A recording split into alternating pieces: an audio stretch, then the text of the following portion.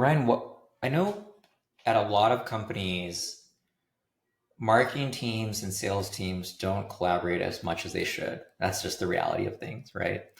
Um, what would you say to maybe a BDR and their marketing counterpart at a company where the BDR doesn't want to get on LinkedIn, or they don't, or channel of your choice, but wherever your ICP lives, let's for the sake of um, for sake of argument, let's just talk about B2B companies and Mhm. decision makers on LinkedIn. But let's say you're like a BDR doesn't want to get on LinkedIn. They don't want to be social selling, or they're afraid when marketing says like, "Hey, could you be engaging with this, or could you be posting this stuff?" They sort of hesitate.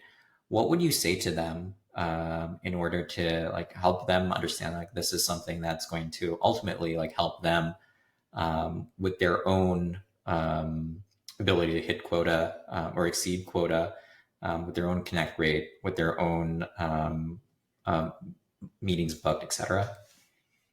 Yeah, I think if you could like get inside the mind of that BDR, like the objections would probably be like I don't know if I want to be putting out a bunch of content like about my company or anything like that. Like I think it'll sort of mess with my own personal brand.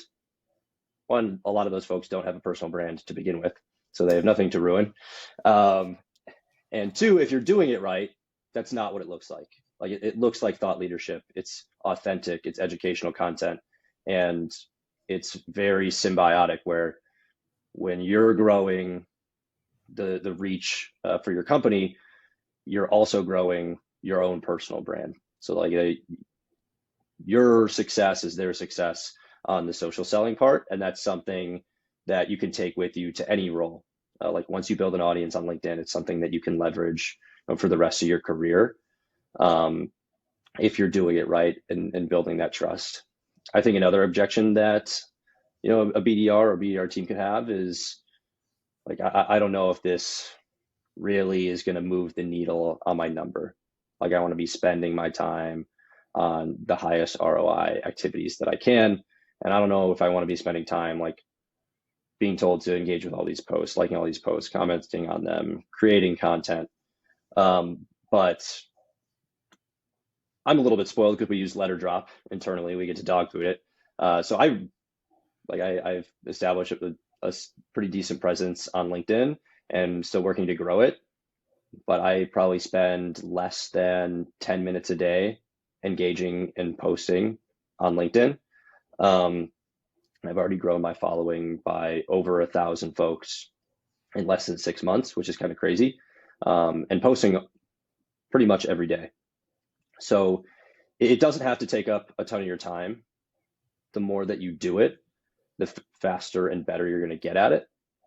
And it really does move the needle on your number because, like I said, it just builds that trust with your ICP and your prospects. I'll get someone to pick up a cold call and tell them it's Ryan from Letterdrop. They're like, oh, like, yeah, I've seen you on LinkedIn, or I saw the video that you sent me. Like the content you put out is really great. And from there, it's like that makes booking a meeting like pretty easy. If someone like just from saying my name, uh, you know, trusts me enough or is knows me enough where just from saying my name they can like recognize that I'm putting out thought leadership content on LinkedIn. That helps a ton. Like people recognize me. Also, if like we mentioned, if your ICP is on LinkedIn, you're going to be DMing folks, and when you're DMing folks, like people have flooded LinkedIn DMs just the same that they have email. And if somebody like can see that you are actually sharing helpful thought leadership content, they're a lot more likely to reply to you. And I've been booking a bunch more meetings on LinkedIn because of I think the presence that I've created. Like early on when I didn't have that following, like the first couple months, I really didn't book all that many DM or book all that many meetings off of LinkedIn DMs. And like we had a good strategy. I was happy with the copy we were using, like the sequences we were using on LinkedIn. And we really haven't changed that much with that strategy. And I'm probably booking twice, three times the meetings on LinkedIn than I was the first couple months where I was a letter drop. And I think establishing credibility on LinkedIn has a lot to do with that. And it's the same with email. Like if somebody like sees, oh, I got an email from Ryan Patel, and they've seen my content on LinkedIn, they've been engaging with it. It's just establishes that credibility again. I also think it gives you an opportunity to do some like more ad hoc prospecting, opposed to just like taking your list, putting them in a sequence. When you're creating content, like our ICP engages with the things that I post. So if like somebody likes a post, they'll be like, hey, like I saw that resonated with you. How are you dealing with that? Like the issue that I talked about in your business. And then it starts a conversation, or they comment on a post and it starts a conversation. And then those are just like little opportunities that pop up 100% from me posting on LinkedIn that I can pursue and book meetings and build pipeline from. So it really does work. I think like I would tell that person, like even if you're skeptical, try it for 6 months.